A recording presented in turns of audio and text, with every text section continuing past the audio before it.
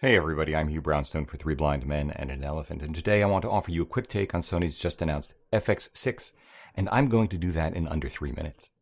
I can do this because after the detailed press briefing we attended, I understand what it is. What it is, especially compared to other Sony cameras, is actually very simple. And there is no point covering ground already trod by a number of other excellent hands-on reviews. I'm going to have to wait my turn for that.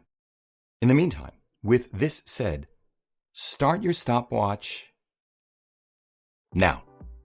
The Sony FX6 is a mashup of the full-frame A7S III and Super 35 FS5 II, a dedicated video camera version of the recently released A7S III using the same sensor, processor, and dual CF Express Type B card slots of the A7S III, packed inside a nicely recontoured and reconsidered FS5 II body, including its industry-leading internal electronic variable neutral density filter, oh baby! In all material ways, at least as far as these items go, it is the same as the A7S III. Although there are numerous small differences among these three cameras, there are a small number of significant differences when comparing the FX6 to the A7S III only, and this is where I will concentrate my comments. The FX6 has real physical controls and ports designed specifically and solely for video, which means far less futzing when shooting video compared to any hybrid camera, including the A7S III. As I just said, the FX6 comes with Sony's internal electronic variable neutral density filter that no hybrid camera does. If you're spending a significant amount of time shooting video beyond studio walls, this is huge, you'll want it, you'll wonder how you ever lived without it. This alone is enough to make me want it, now that the rest of its internals are the same as the A7S III's.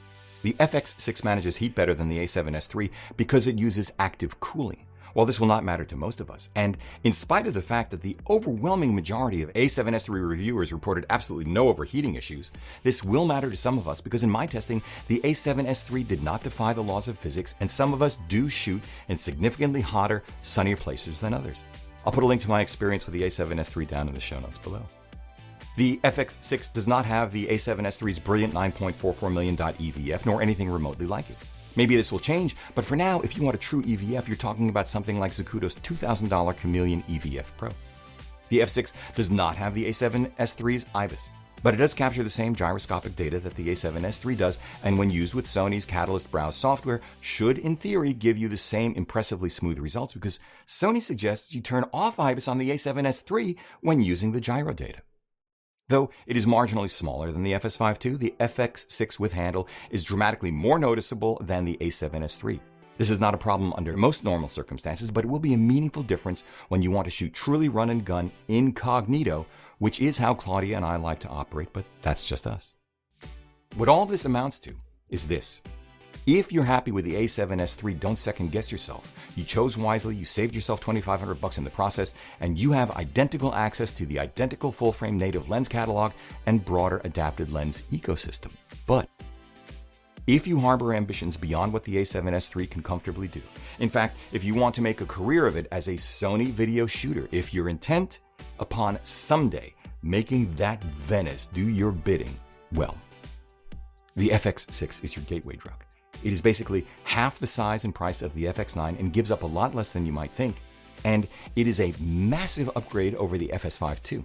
The full-frame sensor and new processor offer a dramatically richer set of 4K recording options, better color science, superior autofocus, superior low-light performance, better alignment with Sony's full-frame glass than the Super 35 FS2, and at the margin, easier access to shallow depth of field. In other words, the FX6, like the A7S III, shapes up as tantalizingly good at what it does, and I'm looking forward to going hands-on with one. Bam! Under 3 minutes.